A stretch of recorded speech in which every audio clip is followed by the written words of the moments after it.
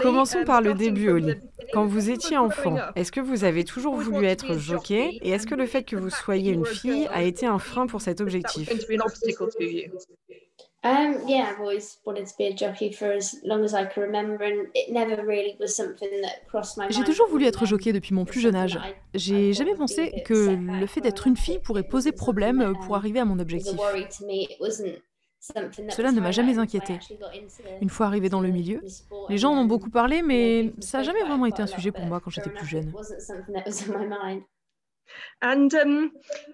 Vous dites qu'une fois entré dans le milieu, cela a commencé à être un sujet. C'était un sujet de discussion ou est-ce que vous avez ressenti des réactions négatives de vos collègues ou des entraîneurs? Être une fille n'a jamais été un handicap pour moi, vous savez. Les gens en ont parlé parce que les femmes jockeys étaient très peu nombreuses quand j'ai commencé. Il y avait Ellie Turner et Katie Gaynon. On pouvait les compter sur les doigts d'une main. Mais j'ai jamais vraiment ressenti que c'était un désavantage d'être une fille. C'est juste qu'on était si peu nombreuses.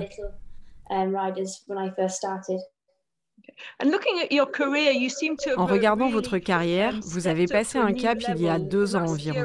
Qu'est-ce qui a fait la différence?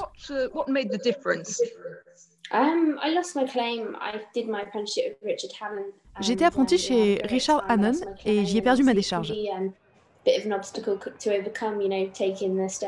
Cela peut être un cap compliqué à franchir de passer chez les professionnels, mais j'ai eu de la chance d'établir une connexion avec Archie Watson qui se lançait en tant qu'entraîneur. J'ai commencé à travailler avec lui il y a 3 ans environ et depuis, ma carrière a vraiment décollé.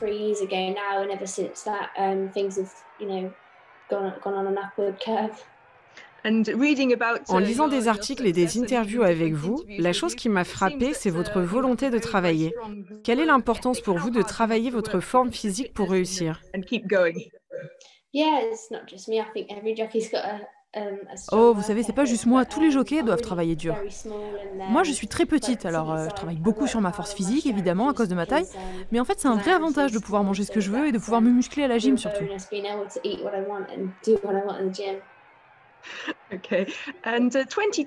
2020 a été une année capitale pour vous.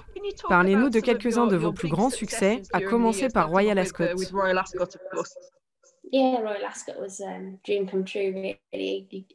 Royal Ascot a été un rêve réalisé pour moi. J'y vais chaque année avec une monte, peut-être, un outsider. Cette année, j'ai eu quelques montes dont Scarlet Dragon avec qui j'ai passé de vrais bons moments. Il était proposé à 33 contre 1 et il a gagné le Duke of Edinburgh Handicap. C'était un énorme choc et j'étais vraiment ravie de monter mon premier gagnant à Royal Ascot pour Alan King en plus, qui m'a toujours soutenu, et le propriétaire, Henry Ponsonby, qui nous a beaucoup aidé avec mon fiancé Tom Marquand. C'était vraiment une belle journée.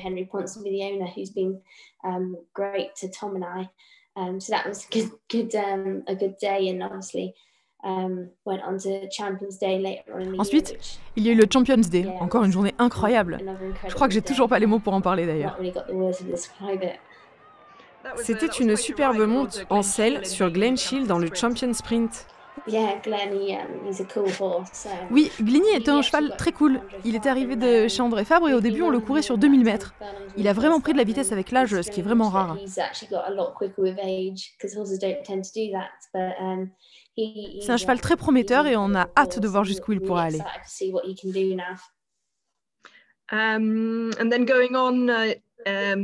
Et ensuite, plus loin encore, on vous a invité à participer au championnat international des jockeys à Happy Valley et vous avez gagné une course. C'était une expérience incroyable d'aller à Hong Kong. Bien sûr, les conditions étaient un petit peu particulières cette année car il a fallu rester en quarantaine tout le séjour. Mais cela ne m'a pas dérangée parce que, à vrai dire, moi j'étais là pour monter. C'était une fabuleuse expérience et j'aimerais vraiment bien y retourner un jour. Vous avez réussi à établir un nouveau record de victoire pour une femme jockey avec 151 succès. Vous n'hésitez pas à vous déplacer, vous montez de plus en plus de bonnes chances. Que signifie ce record pour vous? J'ai battu le record du nombre de victoires l'an passé. Je veux continuer à construire ma réputation et mon profil et monter autant de gagnants que possible. Je ne veux pas que les gens pensent que je suis là pour le court terme. Moi, je veux vraiment durer. Et pour ça, il faut être régulier, tous les ans. Quelles ont été les réactions du public, des courses et le public en général à vos exploits durant l'année dernière? Ah, ça a été incroyable. On m'a beaucoup soutenue et les réactions ont été géniales. Je suis très reconnaissante pour le soutien. Et que signifient les récompenses que vous avez reçues? Je pense à votre 3e place dans la personnalité sportive de l'année de la BBC, vos Leicesters et la sportive de l'année du journal The Times. Les récompenses que j'ai reçues sont vraiment très importantes pour moi. Vous savez, quand j'étais petite, je rêvais de gagner un Leicester. Alors là, être nominée pour la personnalité de l'année sur la BBC, c'était juste hallucinant. C'est étrange parce que tout au long de l'année, j'avais juste l'impression de faire mon travail et de réussir mes objectifs professionnels, ceux que je m'étais fixés. C'est qu'en fin d'année que je me suis rendu compte de l'ampleur de la situation, quand j'ai gagné ces récompenses. Alors c'est vrai que c'est vraiment génial d'être reconnue. Est-ce que vous vous considérez comme un modèle pour les jeunes femmes qui commencent dans les courses et quels conseils leur donneriez-vous? Moi, je me considère comme une personne normale. J'espère que d'autres femmes se rendront compte qu'en étant déterminées et travailleuses, à vrai dire, on peut réussir tout ce qu'on veut.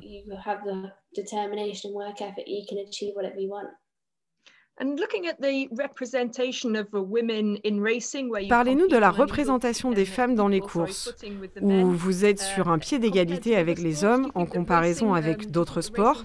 Est-ce que cela représente un point positif pour les courses?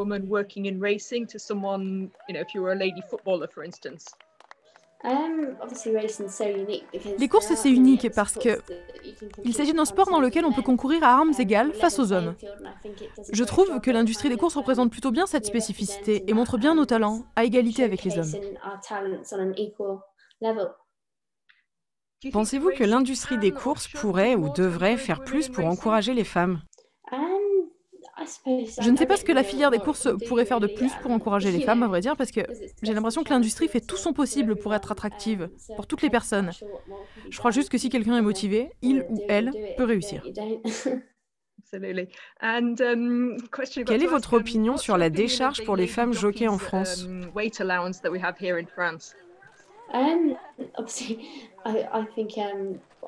C'est vrai que j'ai tiré profit de la décharge pour femmes jockeys il y a quelques semaines à Deauville, alors je peux pas m'en plaindre. Et puis de toute évidence, cela fonctionne puisqu'à chaque fois que je viens en France, le vestiaire réservé aux femmes est plein à craquer, alors l'effet doit être positif.